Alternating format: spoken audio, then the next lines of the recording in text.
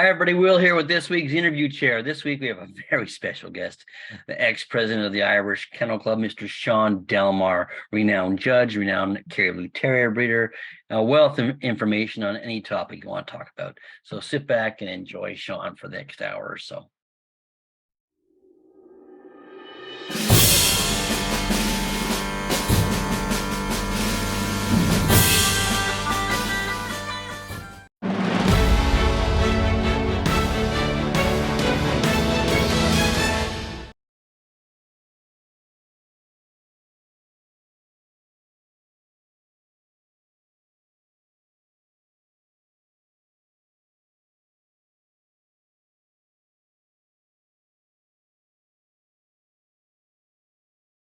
Hi, everybody. Will here with this week's interview chair. We have a special guest this week. We have Sean Delmar, the ex-president of the Irish Kennel Club, renowned breeder of Kerry Blue Terriers and Smooth Fox Terriers. How are you, Sean? I'm good, thank you. Thank you for having me on, Will. Well, it's good to see you. I haven't seen you for a while. You were here last year, but I didn't go to that show. I think you were in Orangeville, I think. Was it Orangeville? No, we weren't in US last year, but listen, we've been over. US is kind of a great hub for pedigree dogs, and it's always a pleasure to go over there. And but weren't you in Canada last year? No. Well, maybe it was the year before. I'm thinking then. The year before. Probably, yeah. Because I saw you probably, 5 or 6 years ago at the Hamilton Dog Show. Yeah, that's right. That. We sat and talked. I sat and watched Kerry Blue Terriers with you, actually, while your wife was judging. So right, yeah. Listen, the level of presentation, and particularly in my opinion, of terriers is very, very high in the States, and it's always a pleasure. You always get quality dogs presented at the right level, and I think you have a good idea of type. I think you genuinely feel like you like the whole type, and that's important. You can easily get lost between presentation and performance, and in the middle of all that, which is very nice for the best in show in the group, for sure. But you can actually lose type. But I think you guys, you seem to come back to type regularly. Try to, in most cases, right? Yeah. Well, I'm gonna start here. The first question I want to ask you, Sean, is how did you get involved in the sport of dogs? And how old were you? Well, it's a family hobby. It's kind of nearly like royal succession. My father and mother were both involved very heavily in breeding and exhibiting dogs, as was my uncle and aunt. So I had a big kind of extended family who were all involved in the pedigree dog game. What breed did your parents breed? Sorry? What breed did your parents breed? My father started with German Shepherds, but he had no luck. It was kind of in the late 40s, early 50s, and he had no real luck with the German Shepherds. A very promising dog he had got one of those diseases that no longer exist now, but and he just had no luck, and he tried to breed. So my uncle suggested that he go in to get a Kerry Blue, and this was kind of something, and that's what happened. So he got a Kerry Blue, and it started from there.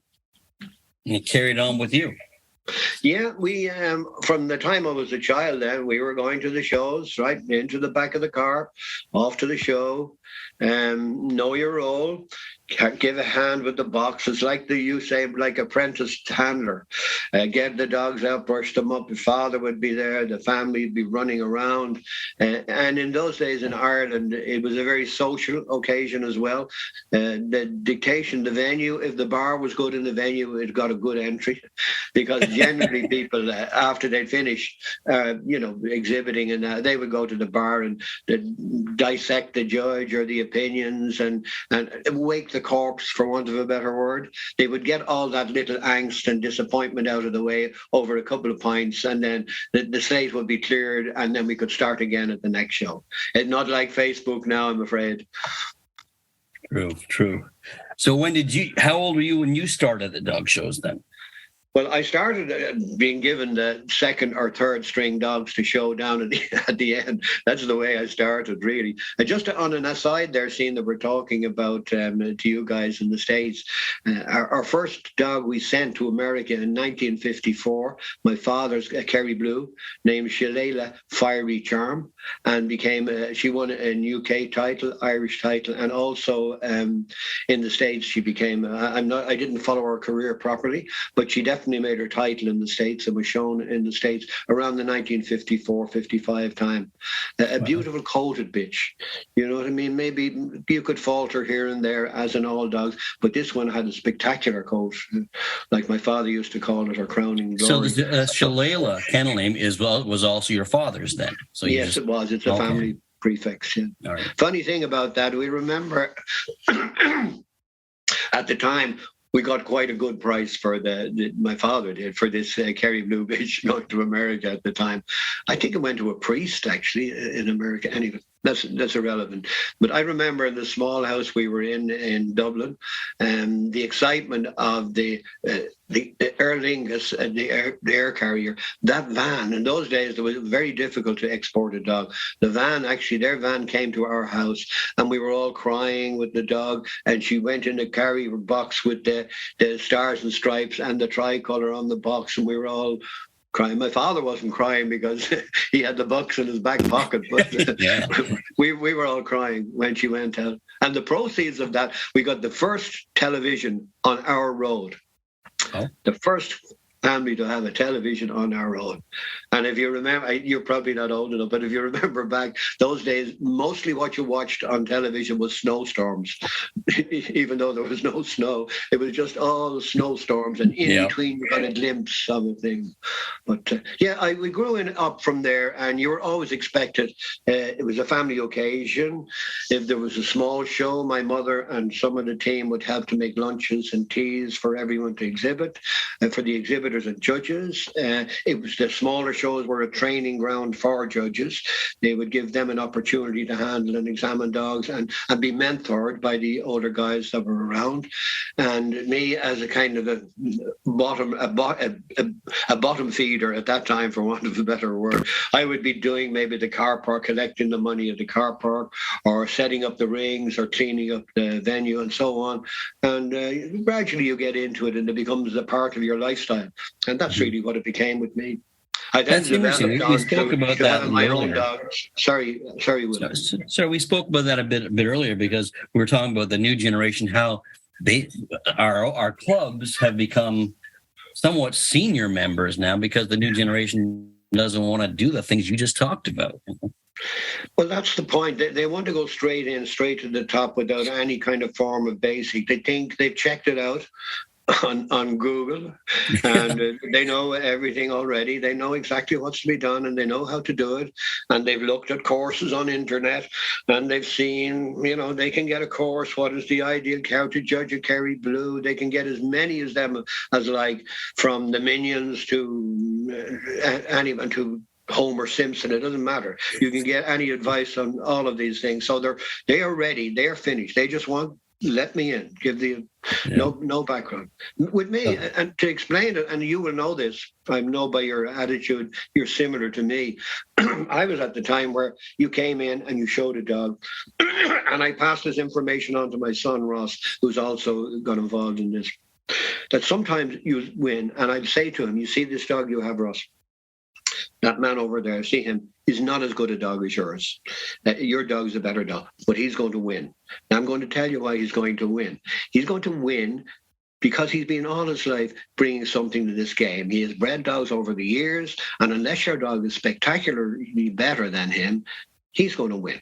And there'll come a time where you going up to the grades as you gradually got up, and you will be at that level too. And then you will understand it. But you must understand it. It's not crooked.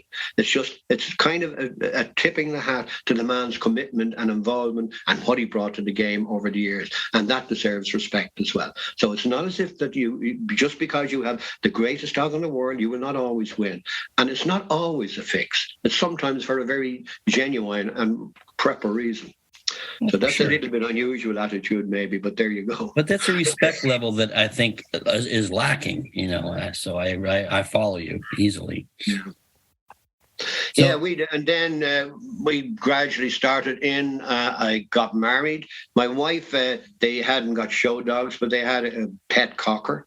But she, luckily for me, she caught the bug as well, the whole thing. I actually got her a different breed because I thought, again, my father got what he deserved.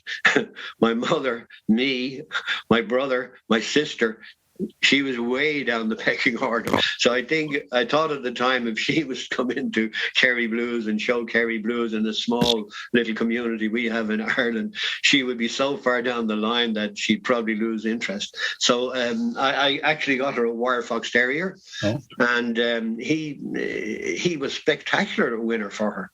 Incredible winner, and she became very good actually, the presentation and the stripping back, the hand stripping in the dog. So it was a great journey for her, and it helped her establish her in her own right, but she was the one. Okay, eventually she came back to the Kerry Blues, because I think those who have Kerry Blues will tell you they're a breed that holds your heart, and if you have them for a while, you'll just always come back to them. There's something, well, I find something mystical about them. I suppose everyone will say the same about their breed, but anyway, for me, the Kerry Blues, numero uno. Yeah. And your country has produced some beautiful Kerry Blue Terriers. Oh my God. Yeah. When I went over there, you develop into that, Will, and you start, first of all, this is what happened to me anyway, and I think it's the same generally. You start to kind of breed dogs, exhibit dogs, and you get a reputation for having some decent dogs, and you're winning here and there, and then you breed some, and they say, oh, well, nice, seems to know what he's doing. We'll give him a chance at a lower level to judge. This is the way it was then. There was no courses or all of that stuff. It was just the people had to ask you. They looked at you and thought, maybe we'll give him a tryout. And then you'd get the smaller shows where there was all breeds, like not just, very rarely did you get the opportunity to judge just your own breed. Usually you were thrown in at the deep end with all breeds. Simple as that. At the small shows where they entered on the day, and you would have big old fat women with attitude, with chihuahuas, telling you that, no, he has two balls, while they'd be holding on to the back, making sure you didn't see.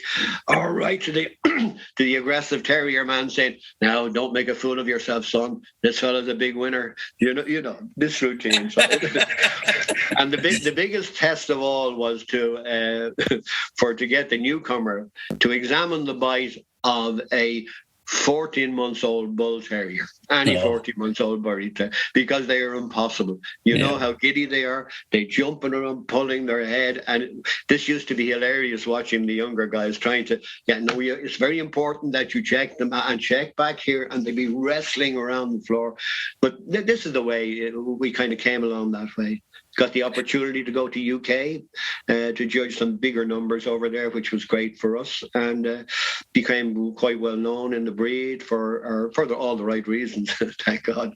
So that became a big, and it was a gradual growth thing. And then eventually they asked you to do your own breed, Green Star, and then you develop, people like what you do and so on, and my reputation kept that way. Mm-hmm. At the same time then, I was always involved in administration because my family were. They always ran breed clubs, they always ran training classes, all of those things. So it was natural that we see it as giving something back. I mean, if you get into administration and give something back, if you've got a lifestyle that you like out of it and you're taking something there, I think you should give something back. So that was my motivation to give something back, getting back into administration. So when did you first get into the political side of the Kennel Club?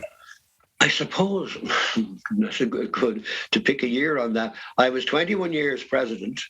Oh, wow. Before I didn't know that. 21 years. Wow. Yeah, I was the chair of the board of directors, which used to be the General Purposes Committee, but because of financial status that we adjusted the club to, it ended up being called the board of directors. I think that was, in my opinion, I think that was possibly a mistake because it gave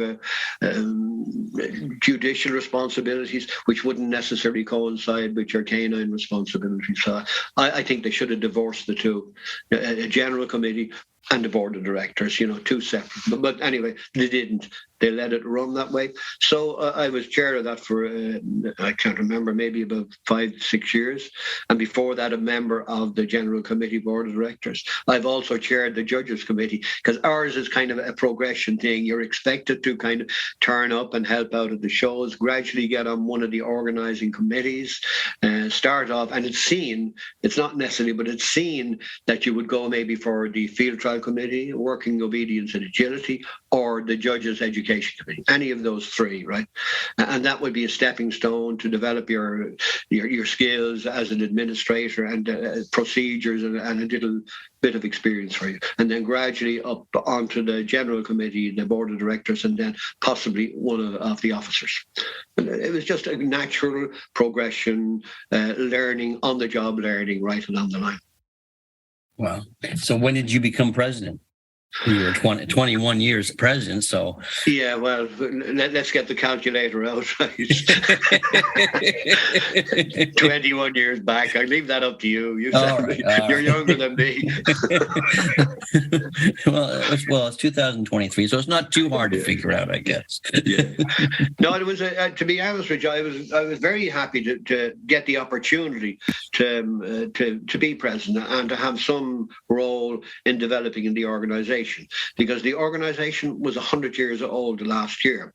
And I studied well the formation of it, the personalities involved, the sacrifices they made over the years. And I had a great respect for the organisation and those who formed it, that it could last 100 years and develop and grow. And I was keen to make sure that the sacrifices and the commitment that they had wasn't going to be wasted. So from my point of view, I said, it's your turn. You have got the wheel now. Make a difference in as much as you can and develop it as much as you can. And I was fortunate enough to be able to achieve, a fair amount and to bring the Kennel Club up to a really high level internationally and nationally with our politicians and that. And also marry in the health and welfare with the show dogs, which is a very, topical thing and very needs delicate handling. So I was very keen that be presented right, and that pedigree dog breeders are seen as part of the solution and not the problem, as what's being presented. So I thought I developed a lot of connections with veterinary organisations, government departments, and welfare, statutory welfare, not the casual ones, but the statutory animal welfare bodies. Developed a lot of close links with them, so we could give the politicians a little bit of a clear direction, a joint direction to go in to help them in bringing legislation and in their attitude going forward. It doesn't always work, but I thought that was the best way. Communication with these kind of like-minded bodies, present the Kennel Club in the way I think it should be presented, and you will achieve things. That was my way. We have your breed, your national cultural breeds over there. I want to talk about how you see them in the world now. How you see Irish setters, red and whites, Glen of them all, Wheatons, Kerry Blues, Irish Terriers. I know over there it's very important that you keep them like a breed preservation almost over there. And how do you see it worldwide? I think, first of all, are we pleased that the world sees qualities and recognises things in the breeds of Irish origin and wants to be involved and wants to have them? Absolutely. We're delighted to share this with the world. We see wear this as a badge of pride, that we have produced 8 breeds internationally, with 9, but 8 breeds internationally that people want and admire and see qualities in, whether it's the working gun dogs or the hounds or the terriers. They see the beauty and the thing, and they bring something to that patchwork, which is kind of the pedigree dogs worldwide. So we're delighted with that. Now, with that comes a risk when things become popular. As we see with various breeds over the years, this can happen at kennel club level as well and breeders level. Sometimes the dogs become popular, a breed becomes popular, or it's in a genre where whoever has them, and this might particularly come into mind with handlers, they're considering the group. So the breed is kind of, they figure, okay, we'll be okay in the breed because maybe there's not that many and we can travel the shows. But so we want to get a dog that's going to win the group, or is going to get positioned or in the group, for the obvious reasons. And that, in my opinion, can result in some little leveling out of the breed standard, exaggerated movement, standing still like a statue. All of these things are required because this is what's going to happen. Because the geriatric old judge, is going to come in, and you want him to think that your dog is really a great mover because he's going around like a wind hound, right? He's so hard to focus. You have to have the dog exactly right, standing foot perfect, head on tail right at the time when this old duffer here from Ireland looks at him. So this is really, and this can change. People can change a breed. I think the ones that if you think the concept between Lakeland Terriers, Welsh Terriers, Wire Fox Terriers, all of that little group there, they are different breeds, and when you look at them with different characteristics. But realistically, for the group, you're looking for a Wire Fox Terrier with a different coat, or slightly heavier, or whatever. But it's like the basic shape and all that you're looking for is that. Whereas if you go into the breed, sometimes a little stronger, the Welsh a little stronger, the Lakeland a little squarer, and you just clean it up. But the exaggerations, sometimes they're the ones that catch people's eye extra. Yeah, I think sure. what did the Victorians used to say that, neck like a swan and a well-turned ankle. That was to describe women in the Victorian times. Well, now you could apply that to dogs because they all want an extra neck. Yeah. And they all want an over-exaggerated at the hindquarters as well. So, neck like a swan, well-turned ankle. So maybe they knew something that we didn't know. That's funny. Well, I was over there. Sorry, to follow on with your point, and unfortunately, as you see, I digress a lot. I think Joe Biden has been doing that over here for the last week, by the way. They couldn't keep him to his time scale. Every time they had the slot in, he got talking to Michael D. Higgins or to one of our prime politicians here, and it went on, and he would talk. So there was mayhem with the time schedule. I'm sure his security team were going mad. Yeah. So I would say it's funny because my breed is actually, I grew up with Irish setters. So when I was over there probably, I think, early 2000s with Wayne Kavanagh and Mark Thruffall. And we were at a show, and the Irish setters I watched, they were beautiful. And there was obviously, like every other dog show, the quality is varied, but there was dogs over there that I thought could win anywhere. So it was beautiful to see. Yeah, we have some really, really nice and good breeders of Irish setters. And UK or USA, you guys have as well, but unfortunately, you guys have let them go up in height, and they're quite tall and strong, and a little bit over. Listen, we're back to the well-turned ankle, the big swooping Afghan kind of type of thing, and exaggerated things that are attractive to the eye and very visual in the ring. But I think when the dogs go bigger like that, I don't know why. Don't ask me why. I'm not a geneticist, but I think their coats get duller for some reason or another. I don't know why, but the coats seem to get a bit dry and duller. Whereas the smaller, well, what I would call the standard size, the correct size, those coats usually stay a bit deeper and a bit richer. So the key elements is establishing type. You can get anything, like you can get a sound mongrel. So I wouldn't be, if I'm establishing type, I'm not going to go over the top on movement and as a judge say, wow, that's great. He's very bad in the front. I just throw him out. I'd more balance it. I'd say, has he got key elements of the breed? Like you mentioned the red setter. Well, there's a couple of things. I mean, it's the parallels in the head for a start. That's important. The little kind of raise in the eyebrows, that soft expression. that melting expression that no, I don't think any other breed has that. That when they look, they catch your eye, and that walnut kind of shape in the eye looking into you, and then the gloss, the rich, deep gloss on the coat. These are key elements that kind of establish type, and I think they make them what they are. Also, as a working dog, they're a very good working dog. Yeah. We have been looking, and you're talking about the Irish breeds. Kathy, my wife, and I, we've been involved in the Irish Breed Society, which the name speaks for itself, right, which deals with all the breeds of Irish origin. And so we've had reason to interact with all of those breeds. So I'm not just a terrier man as such. And we also have a field trials section in our club. So we run field trials on the Bog of Allen in the centre of Ireland on a regular basis. And we get the opportunity to see them working as well.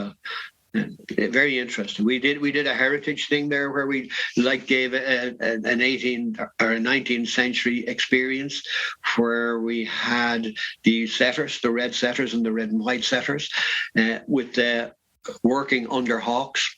Under hawks. We had the hawks, trained hawks, and guys on a Connemara pony in costume, right?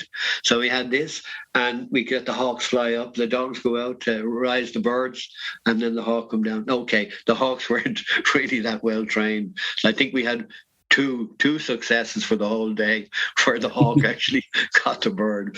But it was still an interesting, thing to give you a feel what the dogs were bred for, how they work the field. That was really interesting, that was. One of the newer breeds to be accepted over here has been the Glenarvan Mall Terrier. How do you feel it's progressing throughout the world? The Glen is a very, very clear, very distinct, different dog, really, from a lot of it. And I think people are attracted to him. Some people are just attracted to that type of characters. They're just characters. A tough little dog with practically the head of like a wolfhound with no legs or something. And some people think it when they look like that who don't have concept of it. But they listen.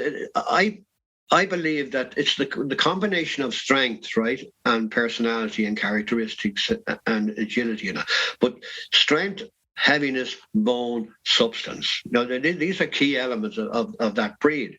And you will get a bit of diversion. And I think people are inclined to misinterpret the front on them and the top line on them and all of that. Like, think of conformation and strength and ability to do the work that it's at. They have to stick with that. And I would say that we're very conscious of the breeds of Irish origin in Ireland and the standards we produce. And we would like to think that kennel clubs and exhibitors, for that matter, worldwide, would come back to us all regularly and discuss with us, where if they figure there's something going on in the breed or something that's not right, and come back to us as the country of origin. And we can talk to them and adjust to them. Maybe if we feel like it's something localized, there might be a problem that could be localized in maybe Norway or whatever, or Canada or Finland or Uruguay or whatever, that if it was a local problem, we could even maybe help internationally and contact people and try and get new bloodlines or things like that. Mm-hmm. But I think people are inclined to analyze breeds at this stage.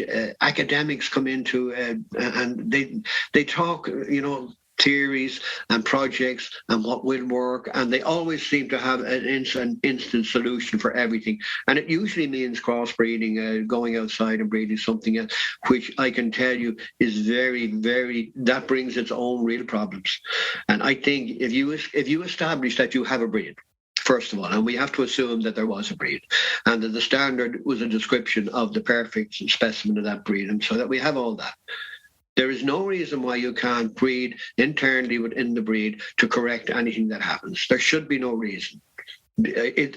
If you think otherwise, there was never a breed in the first place. Right. So it's a matter of using the right dogs and having the right programs together. But the idea of willy-nilly just because, I think we should we had this thing with the wolfhound. Would you believe that people in Holland, some people had made a thing to put the Alaskan Malamute as a crossbreeding with the Irish wolfhound?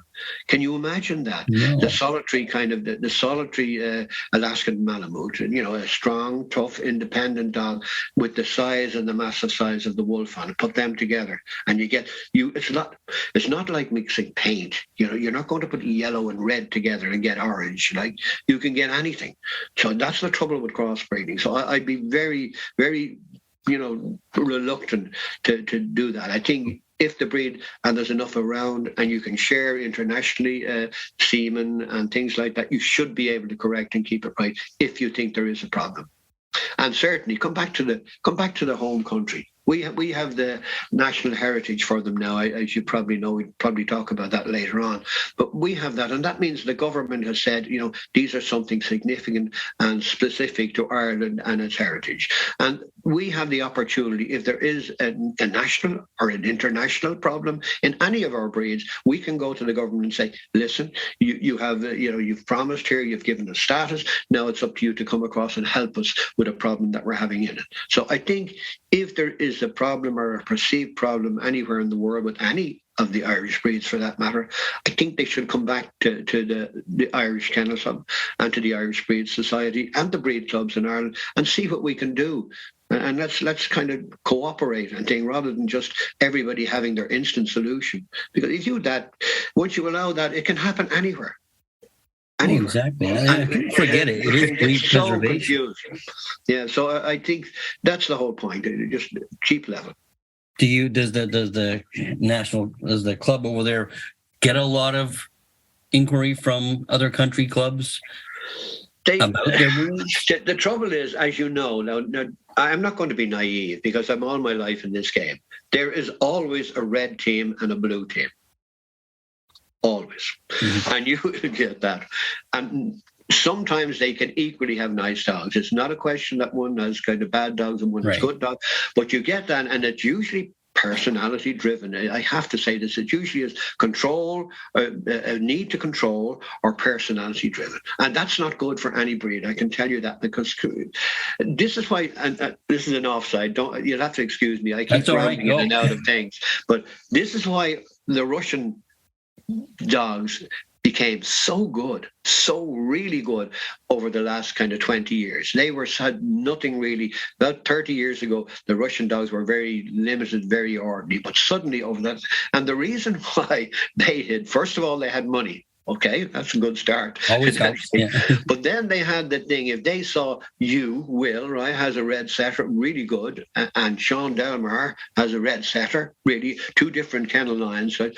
But we hate each other. You're red and I'm blue, and I don't, and we won't cooperate. You would never use one of my dogs. I would never buy a pup for you. But the Russians would, please, Mr. They would buy a bitch off you and a dog off me. And this applies to any breeds they've done. And that's what happened. They developed a line of some great dogs in a lot of breeds because they hadn't got the political kind of heave-ho that we were stuck with. They were coming with a blank canvas and money, of course. But that is true, because if you look at over the years, the breeds that they're into, they have really gotten strong. And it's a money hobby in Russia as well. You know what I mean? It generates a lot of money over there. It's seen as kind of a sexy hobby and generates money to it. And some. We're in a sexy hobby. How about that? Oh, yeah, of course, sure. Sexy breeds. Look, I mean, what more do you want? Yeah. Nobody loves like an Irish man. So can you tell me more about the National Cultural Heritage? Yeah, we felt the Irish Breed Society, particularly Cathy and myself, and some other people in wolfhounds and other breeds, and Glens, all of them, right, that, do you know what, this is depending on one or two individuals. As you quite rightly said, the profile of your people over there is getting older and older. And we're thinking that the breed club's even very hard to generate new people into it. And even so, the numbers are so small that it depended on one or two individuals. And if those two individuals are gone or haven't got the money to develop a program or lose interest or have a tragedy in their thing, that theoretically, the breed could actually get into a very bad state with nobody to save it. Now, the breed clubs are supposed to help as well, and you would imagine that would be an administrative layer that could help. But reality is, as you said again, all the breed clubs are stuck with only a few people of an older generation, and there's nobody new coming into it. So we felt as an extra layer of protection that some kind of government status to protect them would be worth going after. So that's what we did. We started a campaign to apply to the Heritage Department in the Irish government to explain the position in Irish history of the 9 Irish breeds, right? We tied them into political characters, which a lot of them were true, and also into the culture and the heritage over the centuries. So we were able to give a nice picture of where these 9 breeds sat in the place in Irish history, their development and how they came and what they meant to the people at the time and how significant and important they were. And after 3 years annoying them really day and night, because they really didn't know how to heritage and an animal, they didn't know, they couldn't get their head around that. So, but anyway, eventually we got to that stage where they accepted that. So they have accepted that that these 9 Irish breeds are now have got a status and what they call intangible heritage status. That's intangible because it's not really the Leaning Tower of Pisa or the Matterhorn or the Golden Bridge. It's not. So that's why they had to put the intangible as part of the culture. So we're very happy with that because the stories behind each of the Irish breeds, some of them are very factual, how they developed. Some of them are a little bit now inventive or filling gaps in, if you know what I mean. So, but we managed to creative. Do that. Yeah, exactly. But the Glen of Amal is an interesting one because they were probably the time of Queen Elizabeth when they were chasing down into the glens trying to catch a guy who was on the run. This is back in the 1800s. And of course, these guys, the British soldiers at that time were heavy armored, big, know when you're conquered, boom, boom. Imagine going into the mountains trying to catch guys like that, whereas the locals would come down small little daggers and knives, jump out of it, boom, boom, boom, gone out again, and the guys would be. So she couldn't get soldiers, so she got Hessian mercenaries from France and Germany to come into Ireland, and they were came in with the lower basset hound type dog, low slung scenting hounds. To go to track these guys up in the mountains. And it's thought that probably at the time they kind of crossbred with local terriers. And this is why you have the massiveness and still the terrier attitude. And that's where it fitted into our culture. It was significant to the people at the time and it reflects what was going on and what happened in those 1800s back in the day. The same way with the Kerry Blue as part of our independence. Michael Collins had Kerry Blues, and the Irish Kennel Club was formed the same year as the Dublin Irish Blue Terrier Club. And all the members of it were all kind of involved in the rising against the British at the time. All of them, including Michael Collins, who had, you probably know this year, anybody with Kerry Blues will know this.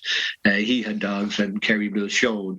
Even when he was on the run, supposed to be on the run, he was showing his Kerry Blues, So these type of things, the Wolfhound Cuchulainn and all of these stories and the Red Setters, where at one stage the King of France said only the king could own a red and white setter, a red and white retrieving dog. Only the king, they weren't named that, but it was actually the red setters and red and white setters, because the flight of the earls that went from Ireland during that time, they brought with them dogs to France and to Italy and Spain. And even your guys, we have the Financial Services Centre down in the centre of Dublin City and the port. It's a very modern place, and half of the money in Europe goes through there. So it's very significant. But we have a nice sculpture. It's of a family getting ready to board one of the boats to go to America during the famine here in Ireland in the 1840s. And in it, they have the usual backpacks and a very emotive image, actually. I'll send you a copy of that on. For sure. And in it, there's a dog which is so like the Kerry Beagle that we have the Kerry Beagle here in Ireland now. And we have no doubt that these dogs, Irish Terriers definitely, because they were the best ratters you could get. And probably the hunting dogs, the Kerry Beagle type of dog, went on those ships with these people. And I think maybe your coonhound might be actually a line bred back to Kerry Beagles. Describe the Kerry Beagle for me, because most people wouldn't know. Think of your coonhound. That's the easiest way. very like your coonhound or foxhound in type, right? That they have the usual hound colours. And the more interesting one for those of your listeners who want to, they can just copy this. It's called the Scarteen pack, and that's Scarteen pack. And that's a pack going on for nearly 300 years in Limerick, in the west of Ireland, in Clare. Spell that for me again, Sean. Scarteen. Scarteen pack. And that's they still have, to this day, have that pack running, and it still runs. And you can, for those of you guys who come over and want to get the Irish experience, you can actually, I think, contact the Scarteen pack, and they will do a package for you where you can actually ride out with the pack. And they're all black and tans. They only breed black and tans. They don't. Well, I have a portrait of a Kerry Beagle because I had a young man from Ireland that worked for me for a year or so, and he brought me over this picture, and it's still very beagle-like. It's a tricolors, but the lines are a bit different. If I can explain to you about the beagle, this is nothing to do with the beagle breed, and it comes from the word beog, and beog meaning small. In the Irish language, beog means small. So that's B-E-A-G. That means small in Gaelic language. So this was actually, when they were talking about a hound, wolfhound is big hound, beagle, small hound, beog. So that's where he came, the Kerry Beagle. So it's actually nothing to do with the beagle. But he has all the hound colours you would expect, that you would imagine. And we would like to try and promote that internationally and get him recognised internationally. And I was in the process of doing this, but we'll see where it goes now. But we'd like to think that it would be interesting. I think it would be. The Finnish hound in Finland also is a hunt hound, is very similar. And they have established that the Kerry Beagle is in their bloodlines as well. Because, as you know, hunt packs, they swap a lot. They have a lot of cooperation, the hunt packs have. I'm definitely going to Google this. That's interesting. I want to find that. You'll see some great images of the pack working and coming through water. And it's very interesting. The Ryan family, the same family, have been involved in this all the time. It's quite interesting, very interesting. That is cool. I want to change hats, and I want to go back to your judging, because you've judged internationally everywhere. And I want you to give me advice on judging. How you see it. Okay. How you think I should see it. Right. My main... Listen, the first time two guys sat in a pub with two dogs under the table, right? And I said, my dog is better than yours. And you said, your dog is better than mine. And they said, do you know what? We'll get Johnny from the other pub down the road to pick which one is the best, because he has a good dog himself. And that's how dog show started, in my opinion. That's the ultimate, the basic of a dog show. I think that the opportunity to judge gives you a lot of responsibility, first of all. I do think so. People put an awful effort, especially over our way. And I know the handlers, it's their livelihood and it's important to them. But over here, even at a smaller level, there's guys who put a lot of effort into family breeding. Their wife mightn't like it. The imported semen from America failed. So many, they got up at 3 o'clock in the morning to get ready, and then you come along and patronize them. No, I don't think so. So first thing I think that a judge should have is obviously knowledge.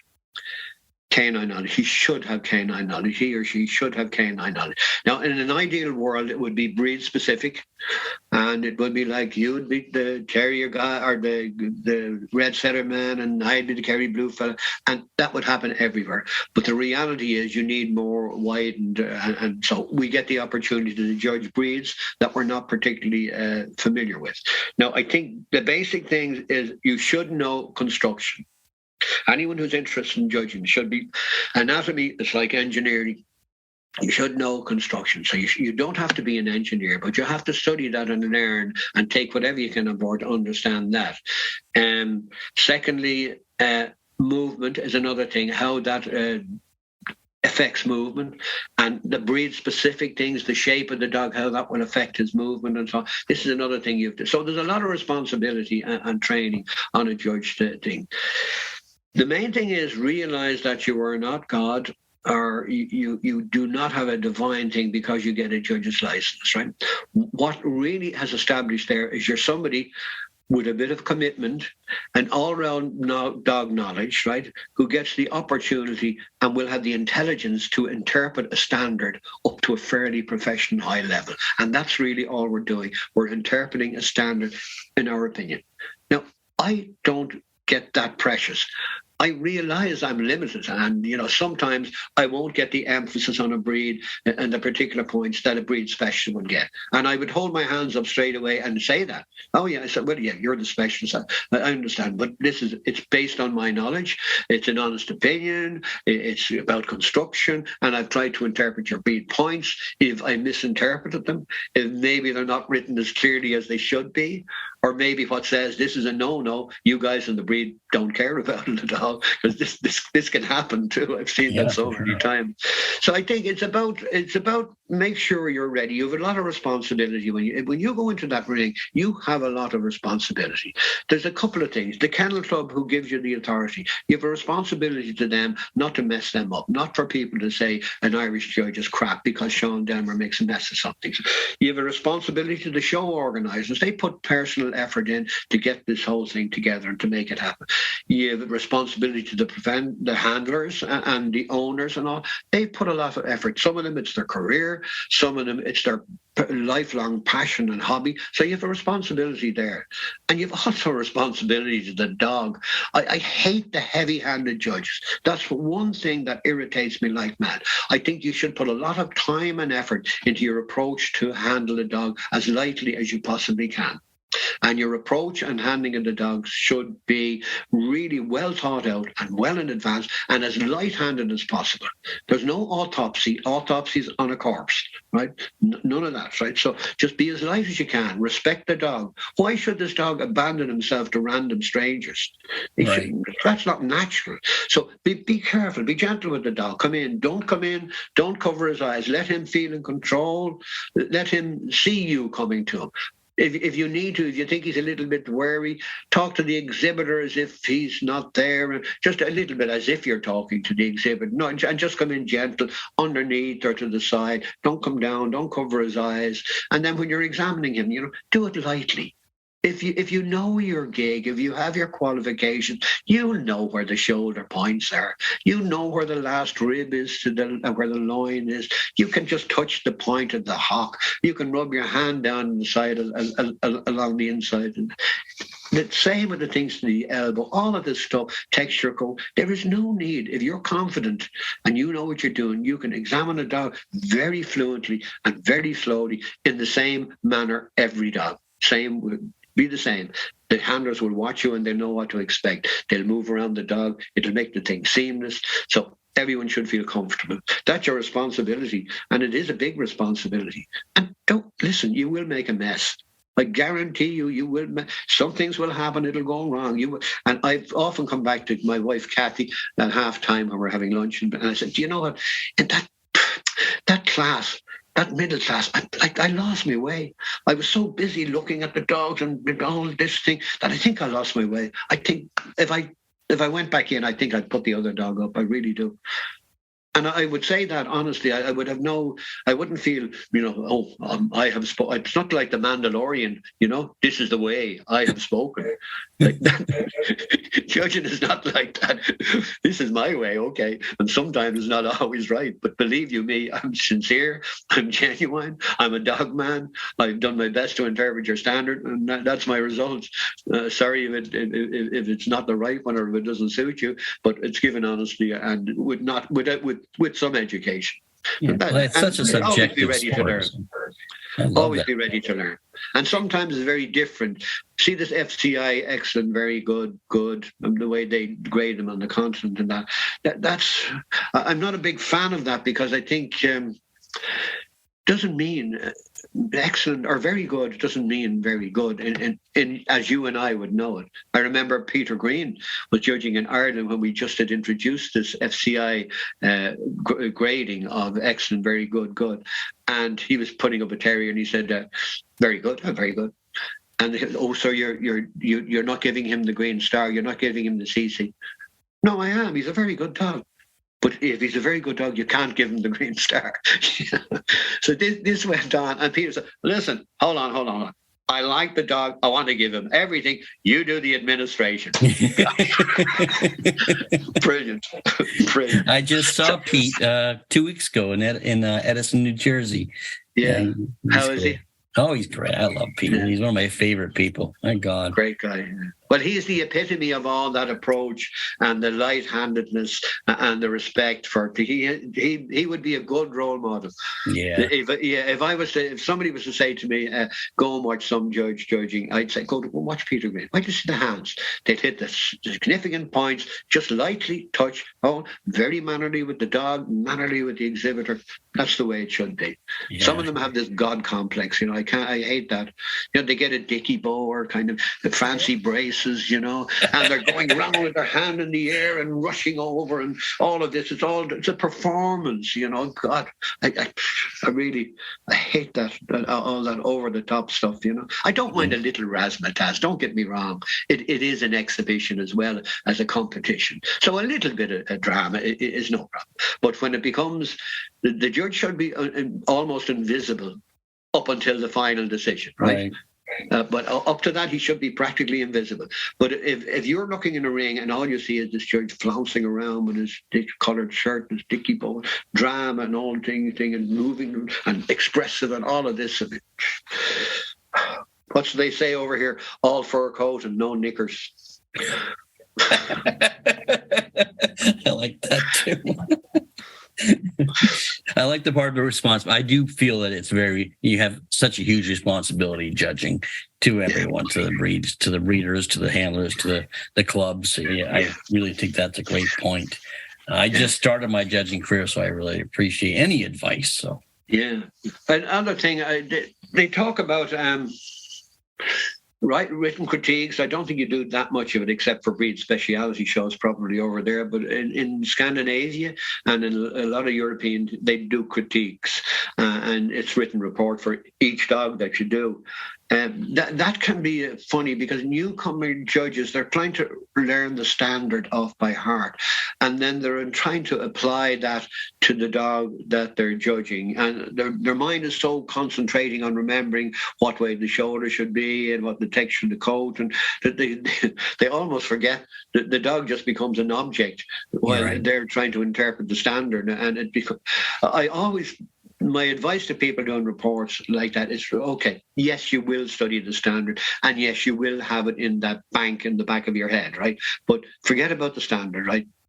What you're going to do is describe the dog in front of you. Simple. Like Judge Judy, if it walks like a duck, quacks like a duck, chances are it's a duck, right? Yeah. So describe what you say. If the head is heavy, say the head is heavy. Don't mind the standard. Describe the dog as you see him, put that into your report, and then when you're finished that, compare that in your mind to the standard and give him his grading, and you won't go far wrong. The others are trying to quote passages from the standard, and that never works. It really doesn't. I find it doesn't work. So well, that's great. Sorry, one other thing. You're talking about things in judging, and as you say, I've had the great opportunity and the pleasure and the honor to judge a lot of places.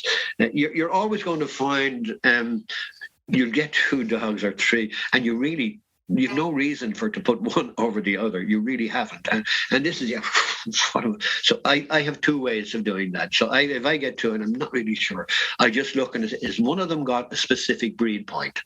A really good specific. So one of them has, say, maybe really sharp ears, and that's required in the breed standard. I'll go for the one that has that little breed type thing. Now, if I'm still lost and they're still, I don't know where I'm going, I just move them around the ring, and whichever holds its shape best and takes the least amount of steps to get around the ring is the one I put up. So that's that's in my head. So I'm not stuck in the ring like with my mouth open. Oh my gosh! I've seen that. But that's the worst thing you can be. That looks so. Even though you're being genuine and you're trying, it just doesn't look good. It looks like you're indecisive. Yeah. Well, it's funny because I was watching a good friend of mine and this is years ago now. He was judging a class of dogs. And you could tell there was nothing that really struck him. And he ended up putting up a dog And afterwards, I asked him how he came to that conclusion. And he said, well, he wasn't overly fond of any of them.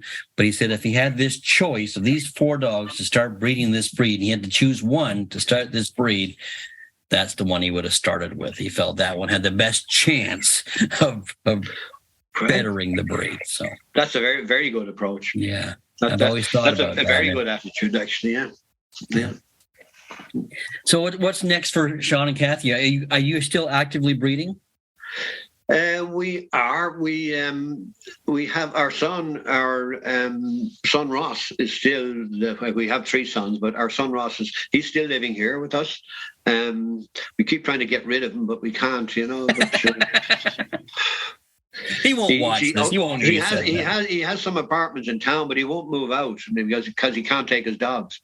Anyway, listen, don't get me wrong. From our point of view, it keeps us relevant. It reminds us of the sacrifices that people go through to breed and to get a dog up to show level, to breed and to get one up to show level, and the passion and the commitment. It reminds us, in case we were forgetting, that he has the younger and the more enthusiastic attitude towards all this. Like even when he was a young kid, people would have all these famous film stars up on the wall. He had Rick Chasudia. That was the picture. I was like the same. Yeah, that's the picture great. he had. What's your son's name again? I'm sorry. Ross, R-O-S-S. Ross. Some of your Fox Terrier people will know him. They'll know him well. We have we're kind of rolling back the years a little bit. We've got a Kerry Blue now, a young Kerry Blue again, and we haven't had one now for a few years because our son was kind of going his own road. But we have a young dog now, a young Kerry Blue that we got from our good friend Ron Ramsey, and the guy who owns Scarf Michael, who bred Scarf Michael. So we got a dog from him. We've known Ron before Scarf Michael even. Like he stayed in our house at Christmas time back in the day, so he'd be one of our very close friends. So we got a young dog from him. Just made his title up actually last weekend. We're looking forward to. He's kind of a community project. We have a committee of 3. Send me a picture. I'd love to see him. Yeah, of course I will. We've Kathy, Ross, and me, and. He's like a committee. It's everything requires a committee argument, and there's not one of us is a shrinking violet. So we all have opinions on everything, right? And so anything that goes to our quality process really has to go. So he's one of these things. At the moment, I'm only logistics. I'm only allowed to drive the car, bring the thing, maybe trim him up a little bit, but it's Kathy and Ross are the ones. But he's a dog that we really like personality-wise. I'm not going to start blowing his own trumpet about his quality, but which is good. But he's actually a great personality dog, a funny dog, peculiar little habits. All the things. So he's a pleasure to have. One of them. He's a dog that I can tell you, he's never going to leave our kennels. And very few of them I'd say that about, because we're realistic. You have to keep turning over and moving on, and especially if you get an opportunity for a dog to achieve somewhere else. But we can really say that we've all said that he's that type of a dog that he'll die in these kennels. Well, I'm glad that you're back to Kerry's. That's fabulous. Yeah. I have one more question for you, Sean. If you were to meet the 20-year-old Sean Delmar, is there any advice you'd give him now? There you go. I would. Yeah, I tell you what, I would. I would tell him to stay with the Kerry Blues and don't be fecking around. That's what I said. It's a breed that you were bred and born into, and you drifted out of for what you thought were good reasons at the time. Where did you drift to? We never got into that. No, we went wire Fox Terriers, smooth Fox Terriers, Sharp High. I didn't know Sharp High. And Cockers. We've dabbled in and out and on, but we should have really, and that's the one regret, that we didn't stay. It was there, it was in my blood, it was in my heritage, and the reason really wasn't it's about the dogs. It was about my political career in the kennel club, and the amount of effort and time that I had to put into that. So the things that I achieved, like in the kennel club, they took priority, and I felt they were important because I respect the organisation. Like the chance that I was able to make the presentation that got us the European Winners Show into Dublin in 2009, and I made that presentation, and it was great to get that, and that brought something different, an international really flavour to Dublin, to the RDS in Dublin, and that was great. I was delighted to be able to do that. So these are things, joining the FCI was a big jump for us, because we were kind of the kitchen area, the servants' entrance for UK. Do you know what I mean? They really didn't really have much. Okay, certain breeds maybe, but generally we were known as the poor relations next door, and we were afraid that being such a small organisation, they maybe could control our standards without. And I don't mean that in a nasty way, but so the FCI gave us that international authority and recognition that anything that the Irish Kennel Club did then would be, agreed to by the FCI, which meant it was kind of all over the world, which was great, Well, you definitely left your stamp with the Kennel Club. I didn't realize you weren't the president anymore. That's as much stamp as I remember. So I thought you've always been president, as far as I know. Yeah. Maybe you wouldn't have done the interview if you had known. What's that? Maybe you wouldn't have done the interview if you hadn't have known that. Oh, I still would have done the interview. You're probably like, oh, shucks. But as you can see, I'm not really heartbroken, because I can tell you, I still have the same respect for the organisation, and I still have the commitment to the whole thing and the breeds of Irish origin. So I'm not a little bit, not in the least bit down. And I'm sure you still have a lot of input too. So. Yeah, there's a lot more to be got from me, Yeah, I'm sure. Well, I really appreciate your time, Sean. It was great catching up. I haven't seen you in a while, and I just thank you for doing this for us. So give us an insight into you. So not at all, Will. It's nice to be able to get a chance, and I know you have a good listenership there, and I wish them all the best. And listen, my one advice to people: if you're not enjoying it, you shouldn't be doing it. Really, that's right. So make sure you're enjoying it, and that's the right reason. Exactly. Well, thank you, Sean. Okay. Thanks, Will. Stay safe, everybody. Thank you, Sean. It was great catching up, and it was great hearing about all the national heritage. It's amazing. The stories were amazing. I just loved it. If you like what you're seeing here, make sure you press the like, share, and subscribe button. If you want to get a hold of me, you can get a hold of me at willalexander.net. And don't forget about the podcast every Thursday with myself and Wayne Cavanaugh, the Dog Show Drive. Everybody take care. Bye-bye now.